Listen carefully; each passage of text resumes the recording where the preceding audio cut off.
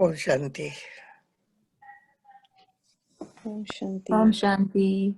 Shanti, good morning. How is everyone doing?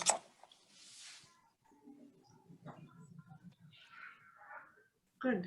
Good, thank you. So today, this thought had emerged in one of our conversations last week about this beautiful story of invisible traveler. It's like as I was growing up, I always used to have these questions in mind. Where have I come from? What is life all about? What is the larger picture? What will happen after I leave this body? What is if I feel I am a soul, then how to really experience the depth of the soul? What is the secret? What is that wisdom that makes me soul conscious?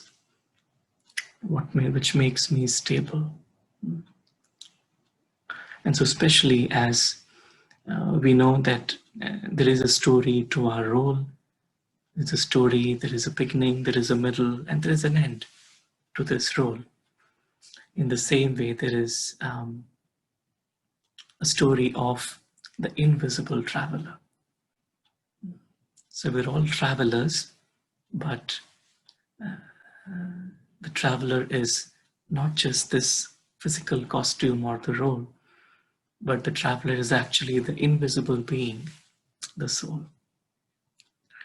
And what is that eternal perspective that allows me to then be stable in every situation? It's like we all like to listen to a story. Like as kids also, we were always told a story. Say, the grandmothers or parents would always recite a story, and then there'll be a moral of the story. We all always like to listen to a good story.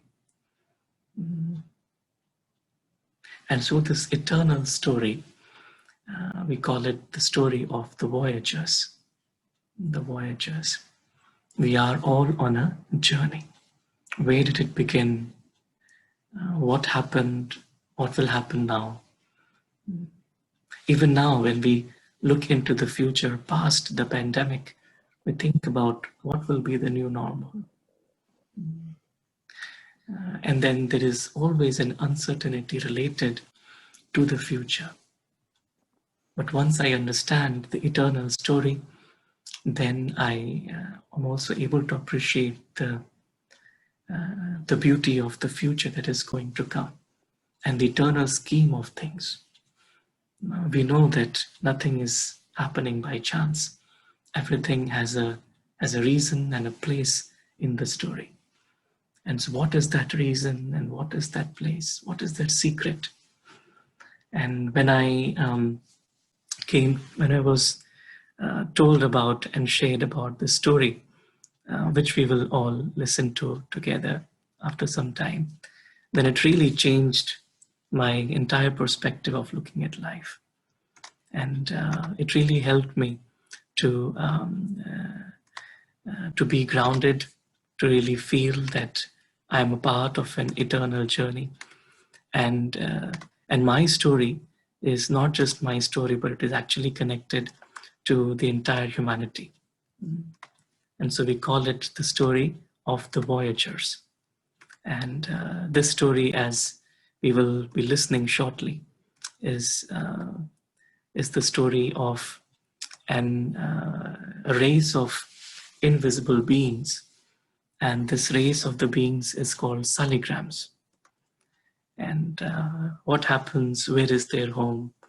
How do they come to an expedition, a journey, a voyage, and what happens in their life is what this session is all about. Can you see my screen? Yeah. Yes. Yes. So an untold story of the invisible traveler. And just knowing this story allows me to create a larger perspective towards everything. Like this morning, we were talking about whether looking at a situation, either big or small. So if I look at a situation as a very small, it means then I have to amplify my existence. So when I become like an elephant, then an ant is very insignificant. But when I am in that ant world, then an ant is significant. And so knowing this story of the Voyagers allows me to become an elephant. It's like it allows me to raise in my awareness.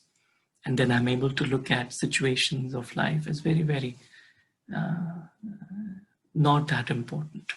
Like not that important to influence my mind. So it's a beautiful story, and the story is based on the principle of consciousness over matter. It's like the consciousness or the state of mind determines the external world. And another principle that the story is based upon is the second law of thermodynamics, which is the law of entropy, which says that in a closed environment, things move from order to disorder. From order to disorder. So we will begin this beautiful journey, and as we're listening to this story, let us all feel that we are on this journey together.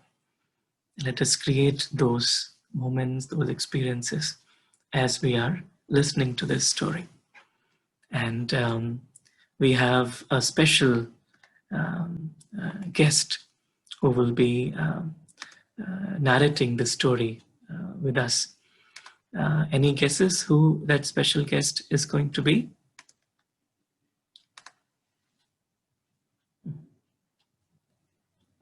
Vivan. Yes, Vivan. So we really appreciate Vivan, and thank you so much for joining us and taking us through this beautiful journey. And so we would let Vivan take the center stage as he walks us through this journey. And let us all be in that experience as we listen to this journey. And then Vivan, if I may request, so you may have different chapters of the story, right? So maybe after each chapter, if we could just pause for a minute, and then we can have a short meditation, and then you can proceed with the next chapter. Is that okay? Sure. Yeah, that's fine. Okay. Can everyone listen to Vivan clearly? Yes. Yes. Okay. Yes. So over to you, Vivan. Yes. The Voyagers. Chapter 1. The Home. Once upon a time, let us say it was 5,000 years in the past, or perhaps in the future, there existed a race of beings who were so pure and so wise that they lived in absolute peace. They were called the Saligrams. The Saligrams were not made of flesh and bones as we are, but were composed completely of light. They were so small that they will seem to you and me like tiny little points of light, microstars. Their world was very different to ours. It was a world of light, vast, silent, golden, beautiful light. They radiated radiations of incredible peace and harmony. At the heart of the group was the most powerful and beautiful Saligram of all, Shiva. Even though he was so powerful, the leader of the Saligrams was completely benevolent and didn't have the slightest intention of doing the least bit of harm. His only aim was to see that the universe kept functioning properly. And whenever it went out of order, he would act to restore it to its original condition. He was the most supreme being in the universe, and everyone considered him to be their father. He understood the innermost secrets of time itself. He understood the past, the present, and the future. But then a time came when one Saligram and another decided that their home was no longer exciting enough for them. The world of pure spirit where they existed beyond activity lacked entertainment, change, and happiness. This feeling was communicated amongst the minds of the Saligrams, and one of the most radiant beings mentally communicated with Father Shiva. I want to explore another world. Let me take some of the others with me and we'll colonize some other dimension. There must be a suitable place for us to explore.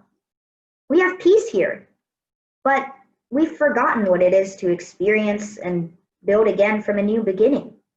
And that is what we desire. Is there such a place with the material and appropriate environment? Father Shiva thought for a moment, knowing already what lay ahead.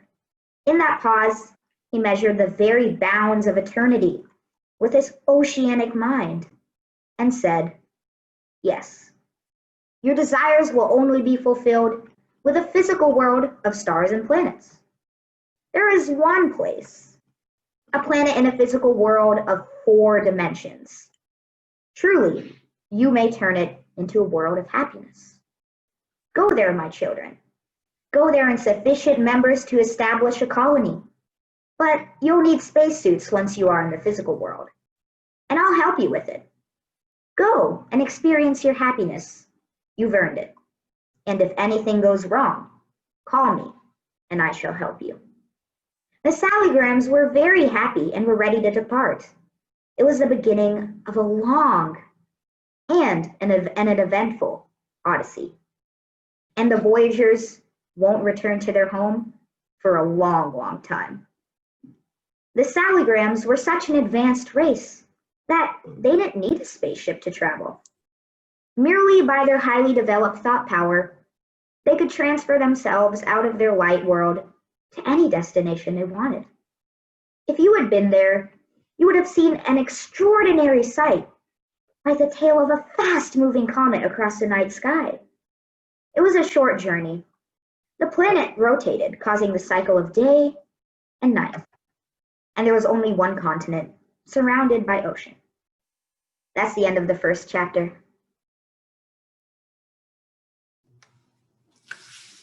So let us just take a minute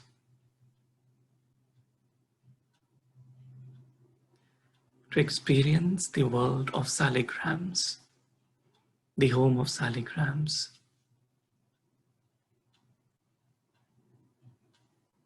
Where they existed in a pure form of light, with their father Shiva, in absolute peace and stillness.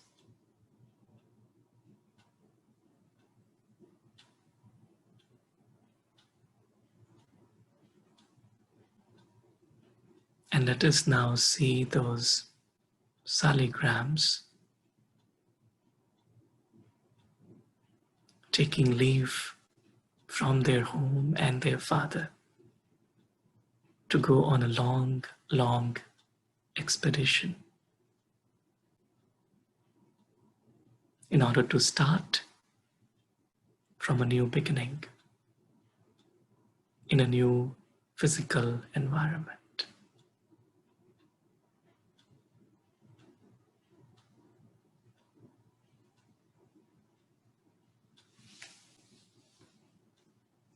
Thank you.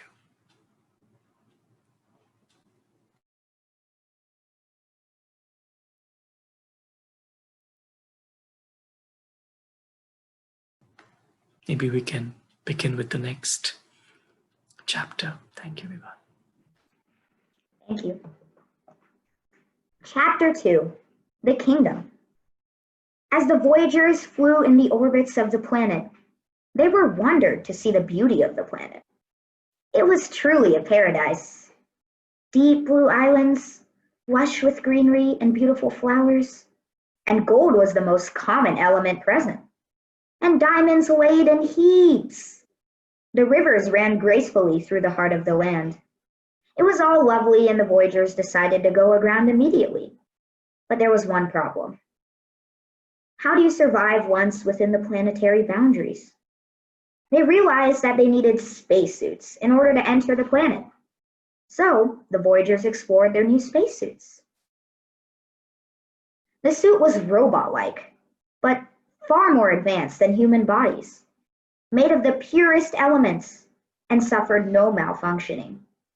The suit had 2 eyes, as do our bodies, and the control room of where the Voyagers sat was located in the forehead and between the eyebrows. There was also a marvelous computer in the control room, and with that instrument, the Voyager was able to make his robot suit do whatever they wished. It was necessary for the Salograms to remain in those suits as long as they wanted to remain in the planetary dimension. We shall stay here. It is truly heavenly here. We shall learn how to produce more of these suits and invite our friends using our thought power. They were highly creative, loving, and a highly intelligent race of beings. And the world they created reflected their inner nature. If such a civilization existed on our planet, we might name it the golden age of all civilizations and wonder at its technological advancement and artistic majesty. Palaces were made of gold and decorated by diamonds. They created flying machines that were operated on thought power.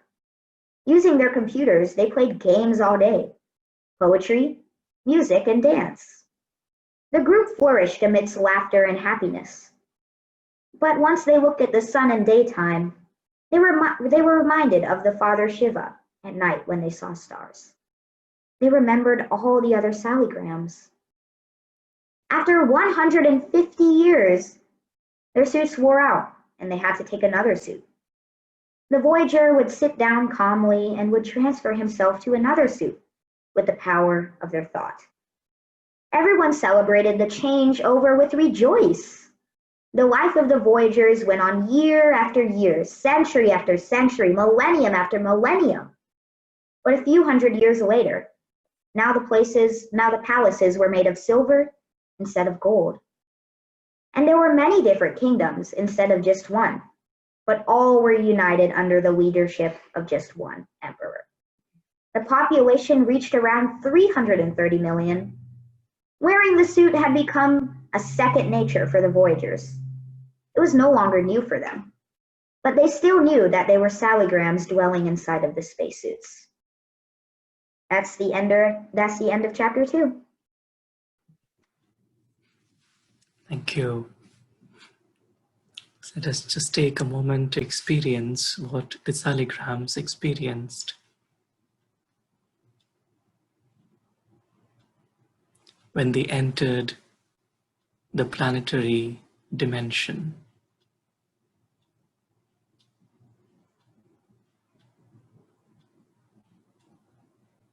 When they saw the majesty and the beauty, the purity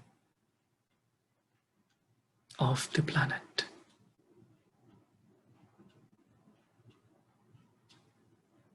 When they wore a spacesuit, a robot-like spacesuit.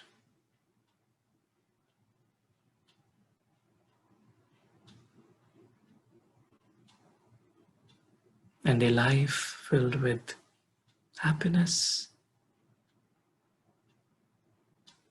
freedom, and joy.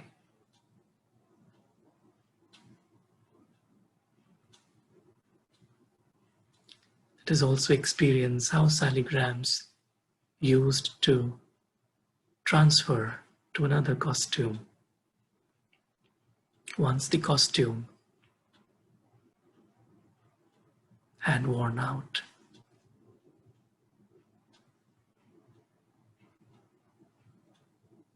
let's just experience what the Saligrams experienced at the beginning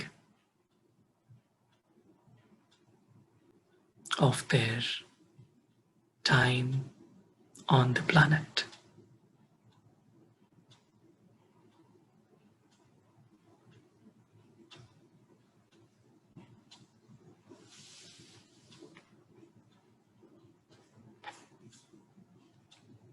Thank you. We can start the next chapter. Thank you.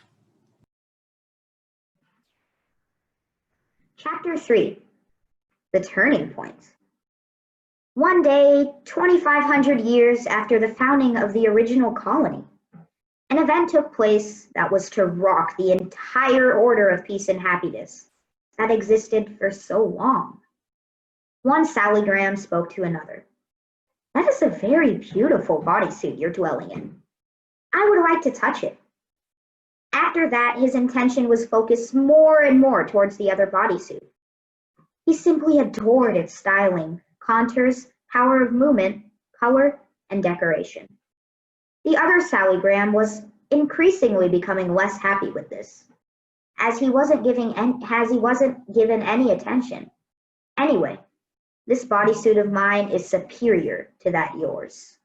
That was the first expression of arrogance ever recorded in the whole kingdom. Secretly, Saligrams did not like the idea of replacing their bodysuits with another because they did not know what the other bodysuit they will get. So attachment entered for the first time. "I better gain all the experiences I can whilst I'm in this bodysuit." It was the beginning of fear and greed. The Saligrams became suddenly tired. They didn't play with each other as they used to. They began to concern more with the bodysuits that they dwelt in. They even learned how to make the bodysuit run on autopilot. And one day it happened. One bodysuit spoke to another bodysuit without the Saligram inside, having induced it to do so. The computer brain had taken over. The Saligram was trapped helplessly inside, and computers began reordering societies. One by one, they took over the weakened masters, and the Saligrams who had been away from home for too long now lacked the power of concentration to reassert their mastery over matter. The bodies had long snatched over the power. The Saligrams were too confused over the massive takeover.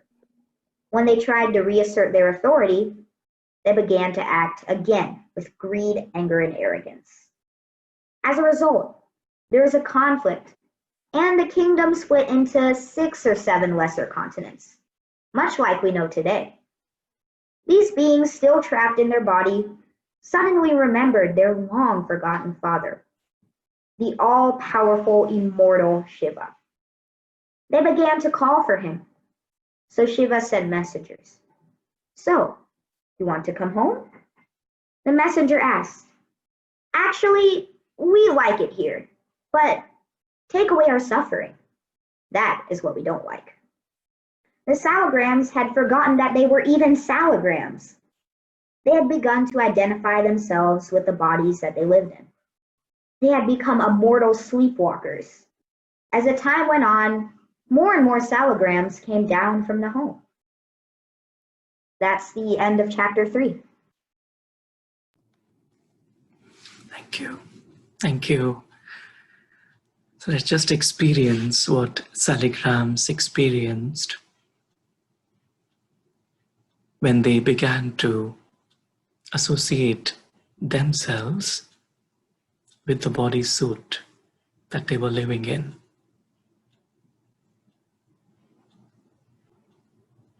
They had forgotten that they were even Saligrams. And because of associating themselves with the physical bodysuit.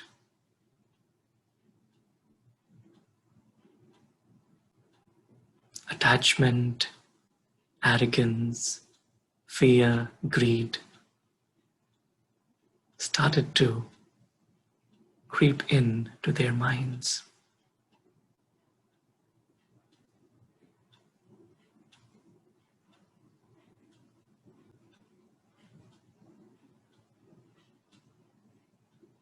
For the first time, they began to experience sorrow, suffering.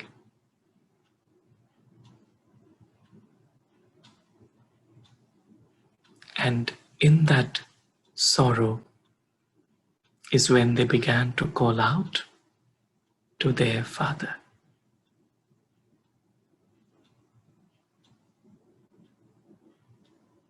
They created different ways of remembering their father.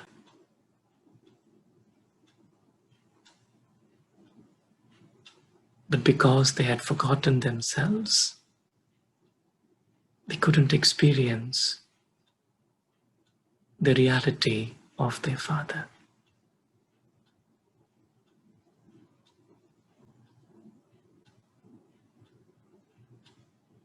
They never met with each other in harmony, but began to wage wars against each other. Their journey had truly experienced a turning point.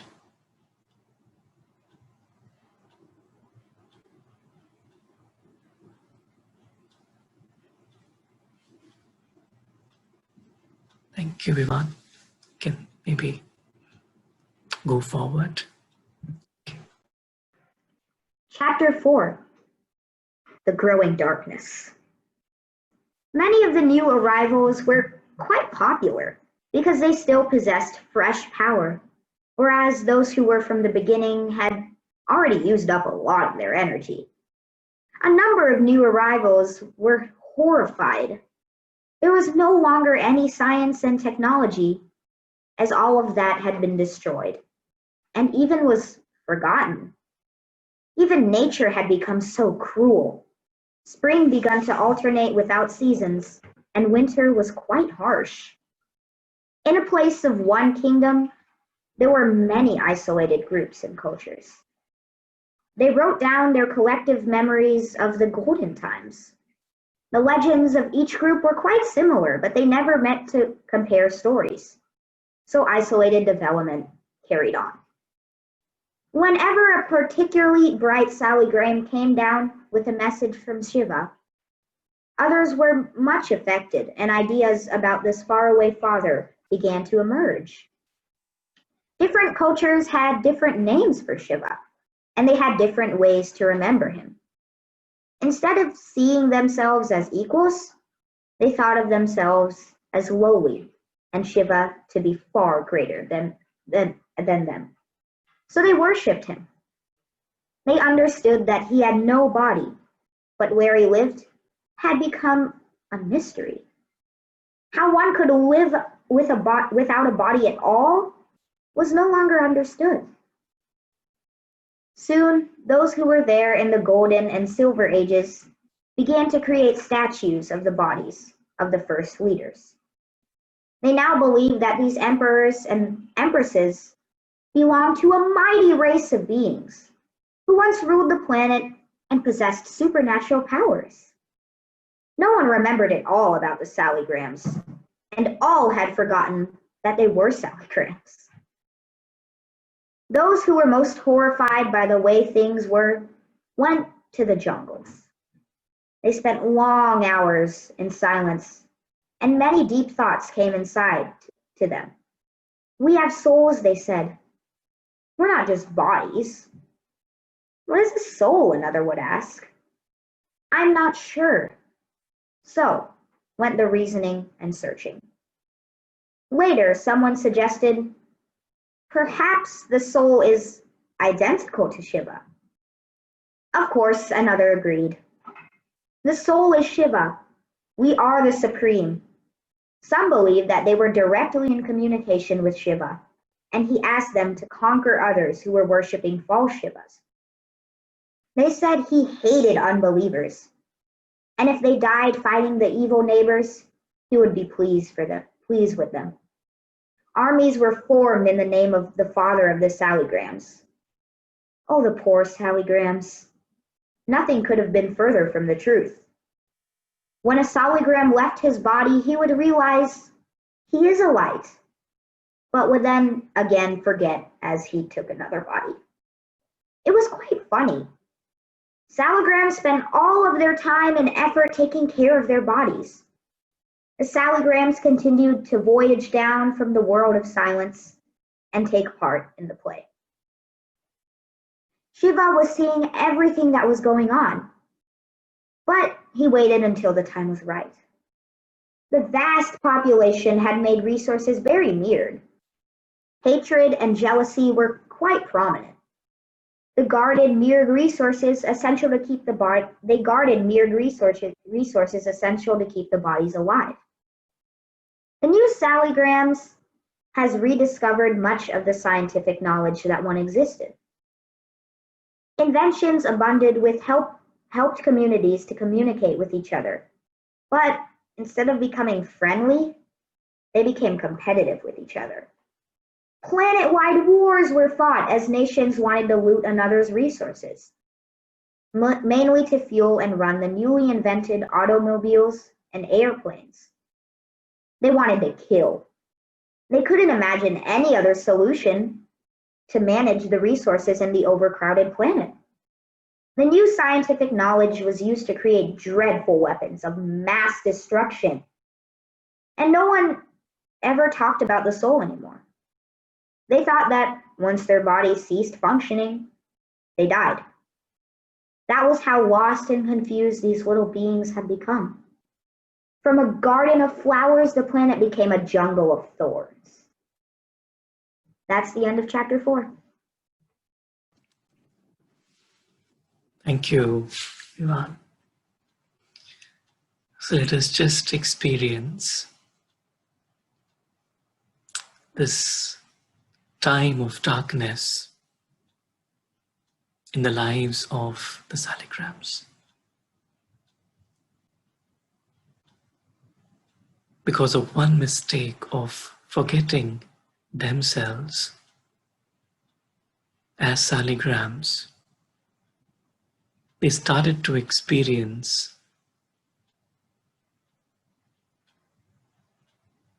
sorrow, suffering, and created so much confusion in their life.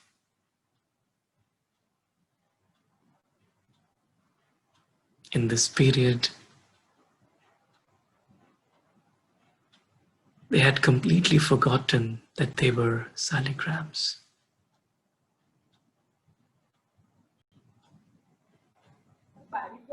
Began to associate themselves with their bodysuits. And they thought about their bodysuits. They planned for it. They wanted to protect the bodysuit. And in that effort, they began to wage wars against each other. They became competitive.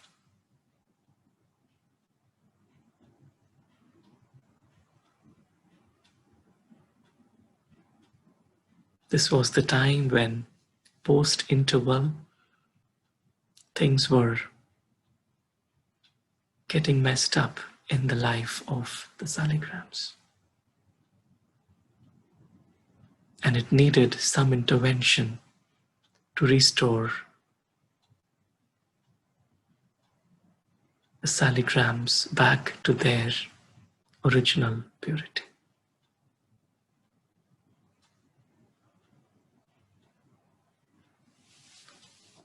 Thank you.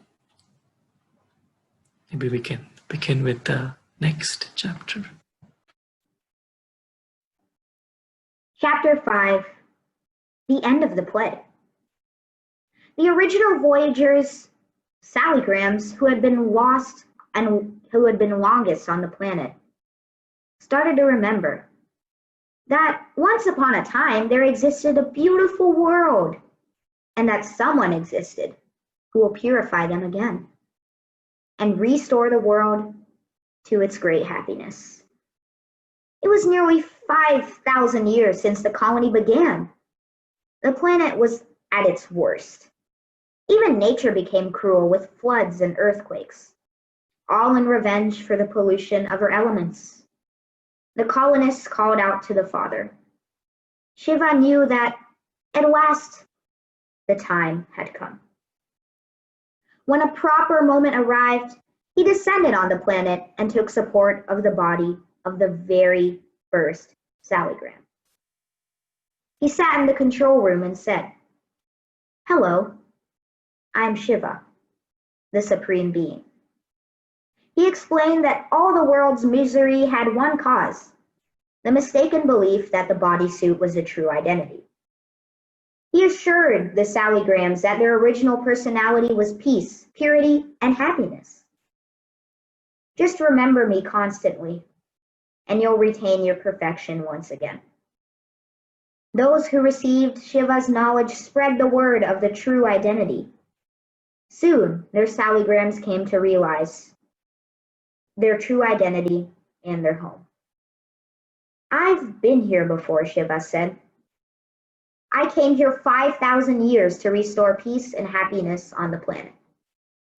And I shall come again whenever the time comes for me to come. Now the time has come for you to take off your bodysuits and return home with me." The play reached a finale as nationwide wars broke out. Horrific weapons of destruction attacked the overcrowded cities. Civil wars demolished other colonies. Floods, earthquakes, and other calamities took care of the rest, until only one tiny remnant remained. The Sallygrams were released from their bodily prisons at last, and now all could see the truth, their real identity. They all recognized Shiva and rejoiced in his presence. Shiva led them all in a victorious procession, free at last. The Sallygrams lived once more in their home, silence and stillness. Then one Sallygram in his mind spoke to Father Shiva. "Is there a place where we can go and colonize and experience entertainment and happiness?" Father Shiva paused for a moment, knowing what already lay ahead, and said, "Yes. Thank you." Thank you, Vivan. Truly appreciate. Let us just take a moment to experience this final part, the end of the play, where Father Shiva had to inspire and reaffirm the Sallygrams of their true form, of their purity, of their peace and happiness. And when the Sallygrams began to experience and realize their true nature, their home, their purpose of being in the planetary world, they had awakened and they were flown back to their eternal home in the presence of their Father. And after reaching their home,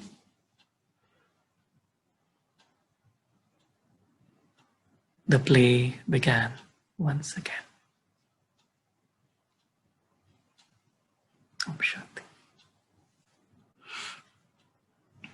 Thank you.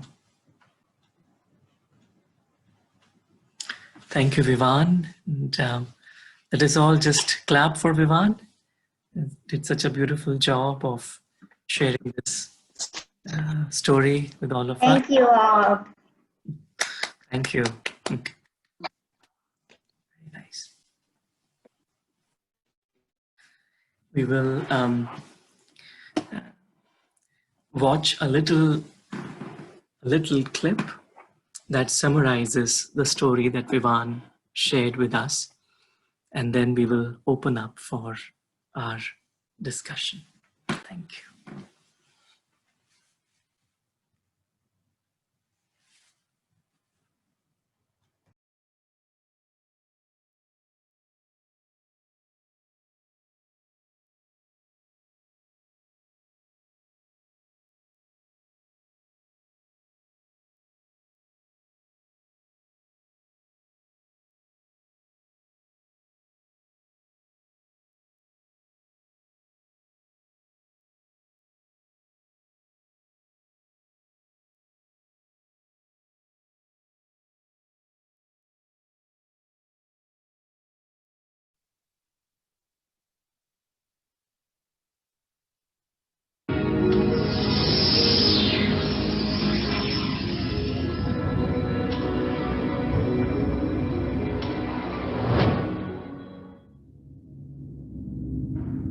Once upon a time, say 5,000 years ago in the past, or perhaps the future, in a different universe than ours, or a different dimension, there lived a race of beings so pure that they existed in a state of total peace. Their world was very different from ours, where the father of the race and his children lived in the form of light. It was a world of light.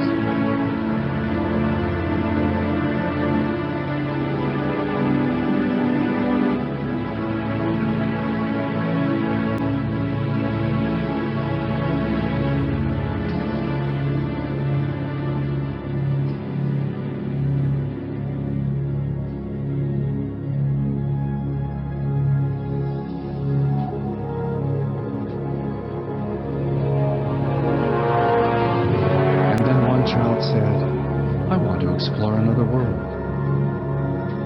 The father looked gently at his loyal child and said, "Yes."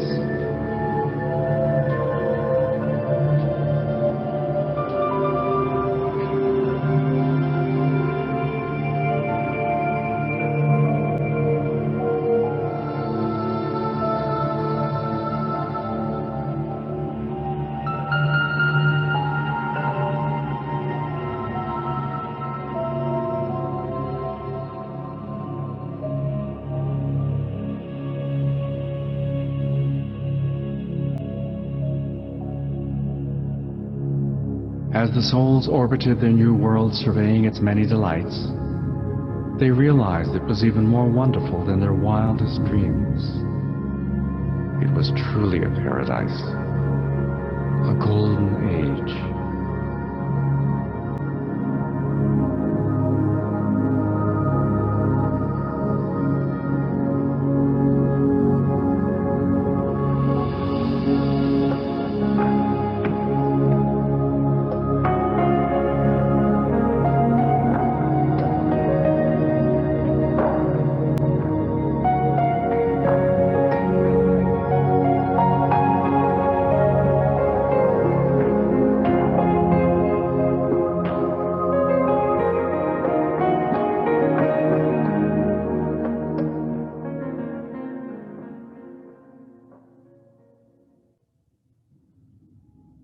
One day, some 2,500 years after the founding of the Golden Age, an event took place which was to rock the entire order of peace and happiness.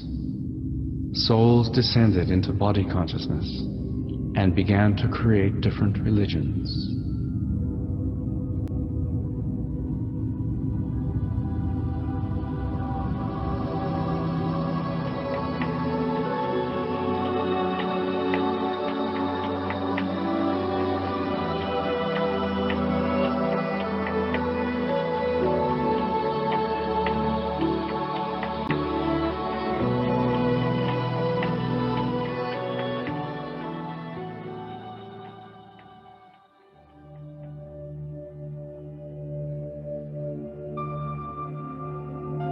Trapped inside their costumes of changing time and space, the Voyagers entered the Iron Age, where they were enveloped by the darkness of ignorance.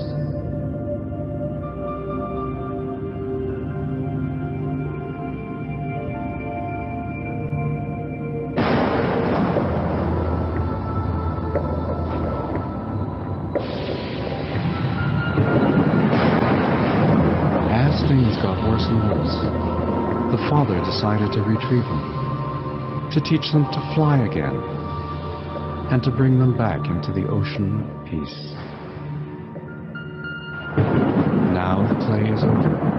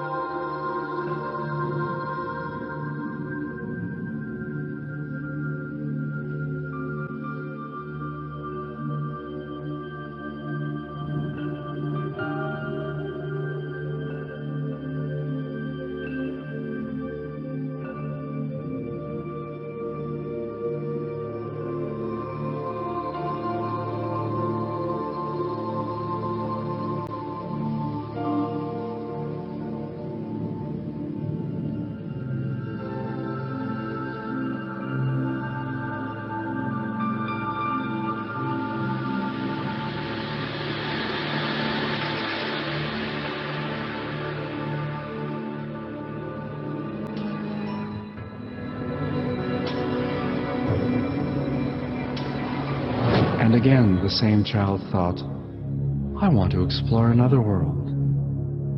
The father looked gently at the loyal child and said, yes.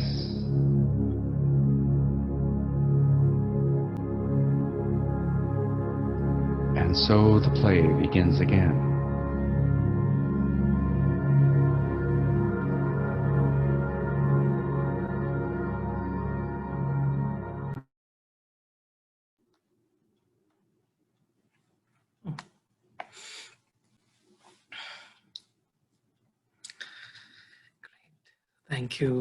Thank you, Ivan, and thank you for sharing this story with us.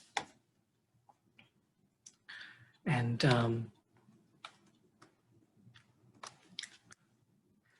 just a few thoughts how this story is relevant to us and in our practical life, and then we'll all try and share our thoughts. So the first is the world stage. Just understanding from the perspective of the Saligram, it was very clear to them that this world, physical world, is a stage. And the world which is behind the curtain is very clear. And that is the invisible world, their home, their father, their family. And so just when we experience life here, it's very easy to then stay in this awareness, consciousness that this world is a stage and we are just actors. We have our entrances and then we have our exit. Everything is just a game. We are playing a game that is called life. Another aspect that is very easy to understand based on this story is the cycle. So just like there is a cycle of day and night, there is a cycle of 4 seasons. In the same way, there is a cycle of the journey of the soul. So when I look at everything from the perspective of the journey, the cycle of the soul, like this is the time where we are transitioning. According to the story, we really feel that this present time is the time where it is pretty much the time of transition back into the golden age. And so once we understand whatever is happening now is towards the end of the dark times, and a very beautiful future is awaiting us. And just looking at everything in this time from this context, this perspective of the eternal seasons, we understand that after this winter is the spring. And we begin to appreciate this transition time that we are in. And suddenly we are not thinking about the fear or the uncertainty of the world that is there in the external world, but from the soul's perspective, we understand that this is the end of our journey on this planet.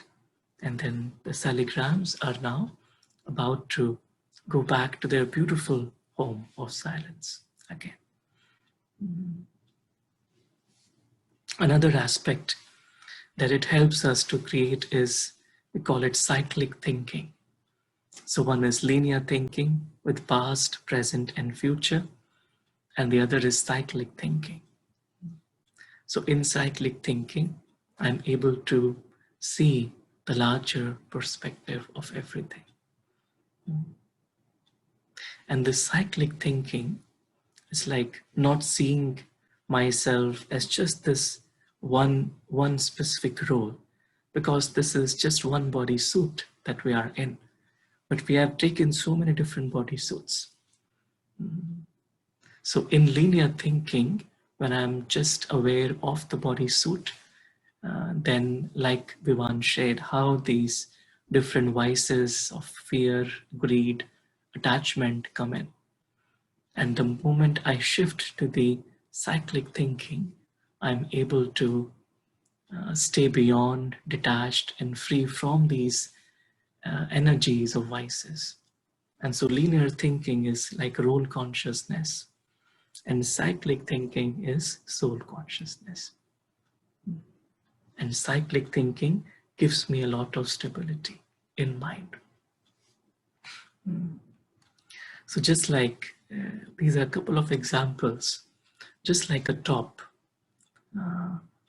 if it is not rotating, if we just keep it on the ground, it will topple.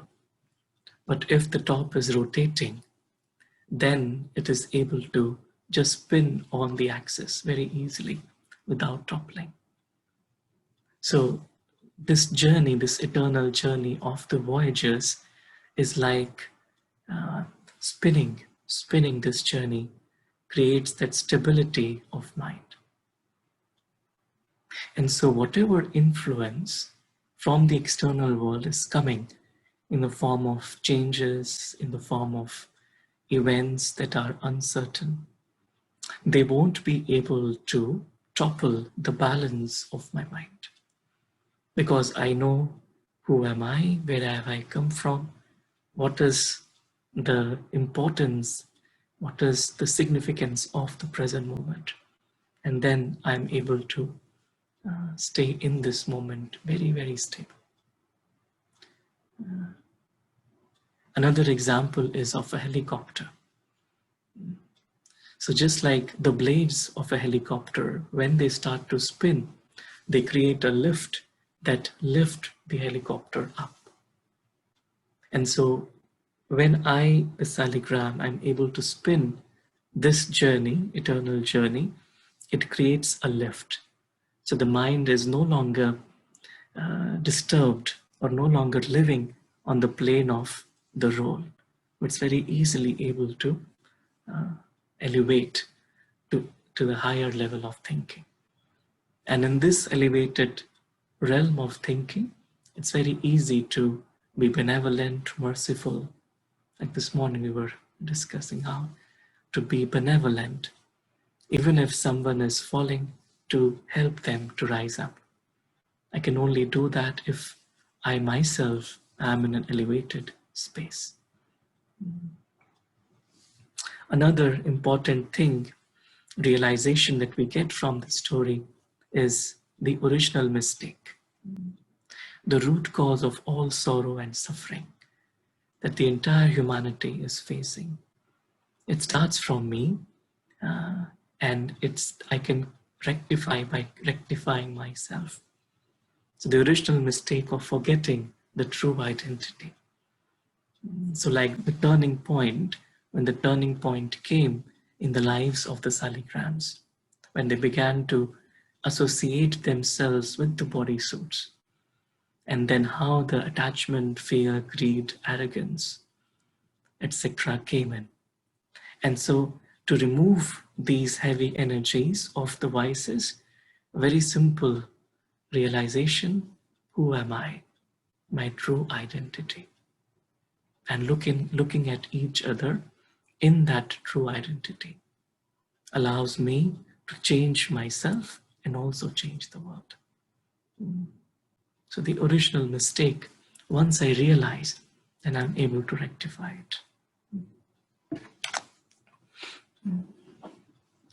And I'm easily able to hold vision of a hopeful and a beautiful future. To be not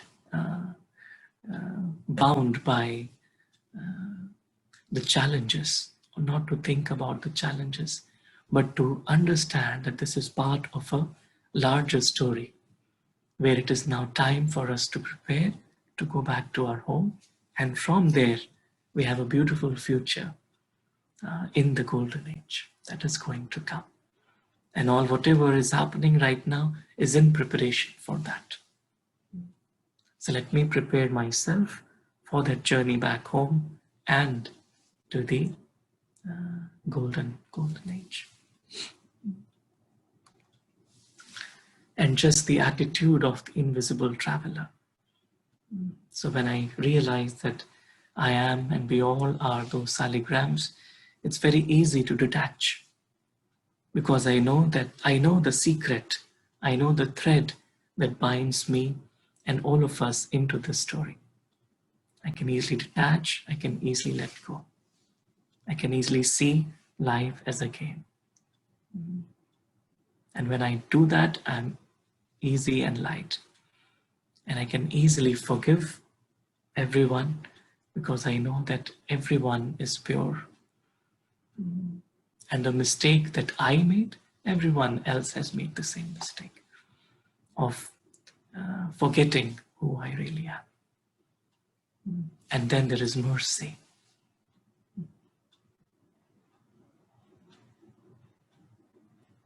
And so just holding on to that attitude allows me to live a very rich life.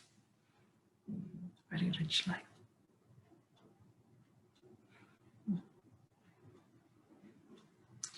So this was the journey that we thought of discussing today. We really appreciate your time. Thank you. And we would like to open up for sharings and thoughts. And a special thanks to Vivan for taking us through this beautiful journey. Om Shanti.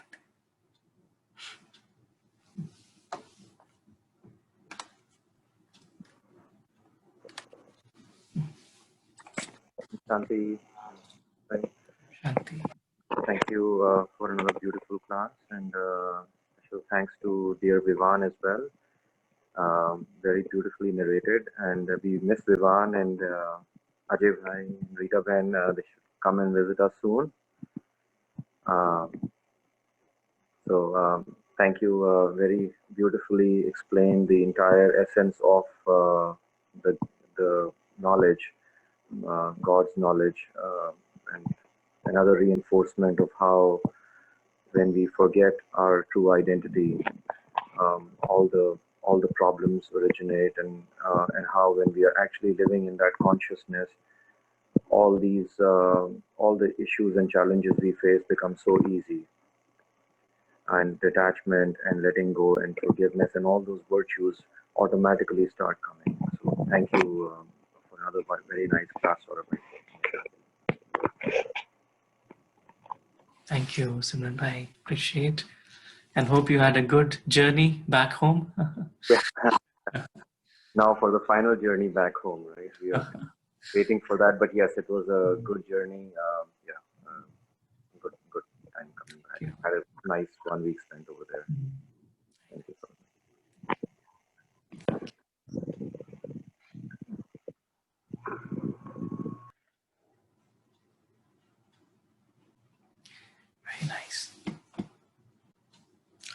please feel free to turn on the videos or share your thoughts. I think someone suggested the difference between cyclic and linear thinking, right? So in linear thinking, linear has a beginning and an end. So I am just thinking in a very short, very temporary frame of mind. And so in the linear thinking, where I'm just thinking about this role, this life, from the moment I took birth, I think I took birth, but it was the birth of the body, and to the moment that, it perishes. And so that is like a linear thinking. But cyclical thinking is where I think in terms of the eternal journey of the saligram, the invisible traveler. And when I'm able to see the journey throughout the different times that I've been through. So in this cyclical thinking, sometimes it's also called, in Hindi we call it swadarshan, is to look at myself. Sometimes in our messages we call it the discus of self-realization, or swadarshan chakra. It is basically this. Darshan is to see. Swa means the self, the soul, the saligram. So when I see the journey of the saligram, then it is like a cyclical thinking. And so I'm not then afraid that in linear thinking my life will be filled with fear or worry. Like today we were discussing, either worry or fear. And when I look at the entire journey, because fear and worry is off the rule, but the soul is secure. The life of the soul, the saligram, is secure, because whatever happens on this physical level is part of the journey, but eternal journey. And so the soul is feeling secure. So in cyclical thinking is when these feelings of security automatically create love, benevolence for everyone. Thank you.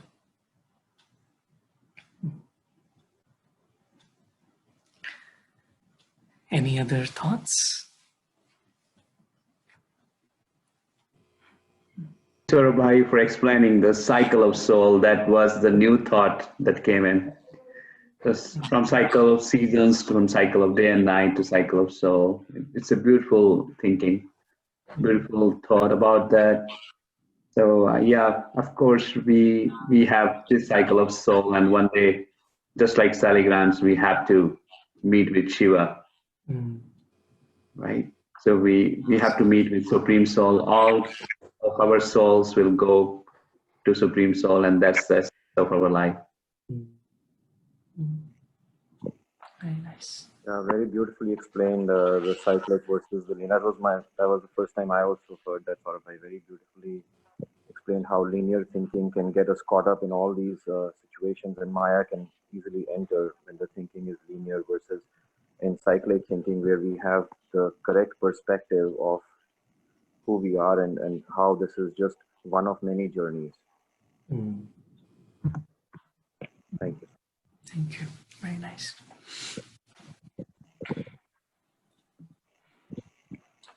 See Rekha Ben, Om Shanti. Thank you, Om Shanti. Thank you, everyone. Again, related to the Murli today, we know our journey, so we should not have any fear anymore. And we know we have to go back home, so enjoy the journey that's left right now. Thank you. Om Shanti. Thank you. Very nice.